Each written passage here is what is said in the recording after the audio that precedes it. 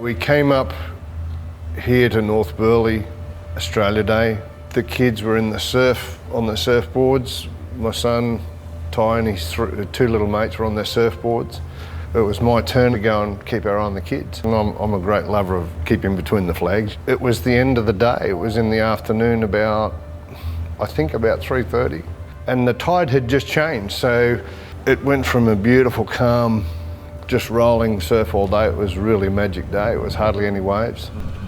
To a couple of I remember 3 rogue waves come in, and one of them got me, and it was just like the perfect wave. It just picked me up and slammed straight on my head.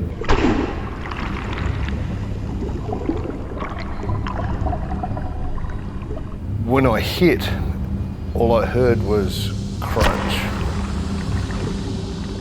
and I knew something was.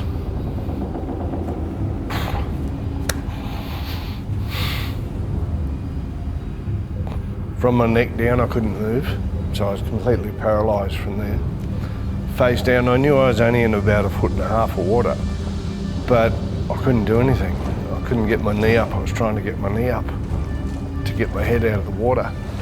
And I was out of breath and was starting to take on water. And the first time I thought, I can't die here.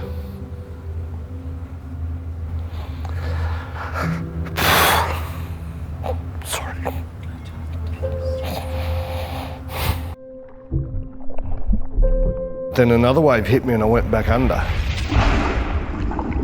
That was when it got really scary. But the second time was different. It was, it just got to a point where there was nothing left. The terror was gone, the fear was gone. It was just, there was nothing, and I couldn't do anything. And I thought, it just got to a stage where I couldn't do any more. There was no more thought, there was no more fear, there was no more anything, and just this incredible calm. And I thought, this is it, you're going to die here now.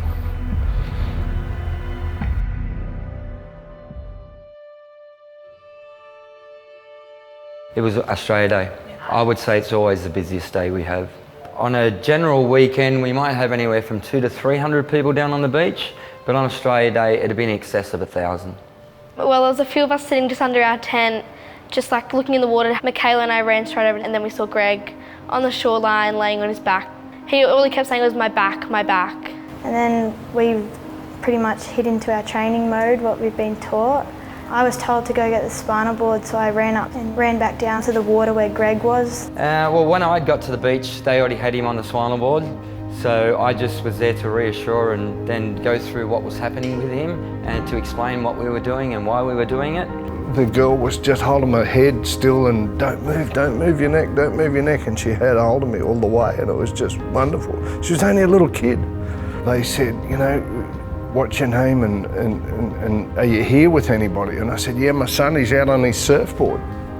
What's his name? We'll go and get him. And they went and got Tyler. And so if he hadn't been between the red and yellow flags, the reaction and the responses would not have been the same. I don't think we would have been able to manage to get there to him in time. We eventually got up to the hospital. The surgeon came over and he said, we don't know why you're here. You should be 3 floors below in the morgue. He said, you've broken your neck. I had a 0.5 millimetre between death or paralysis for the next 4 months till they did the first surgery.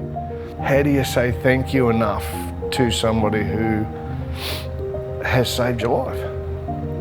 How do you thank somebody for giving my son his dad back?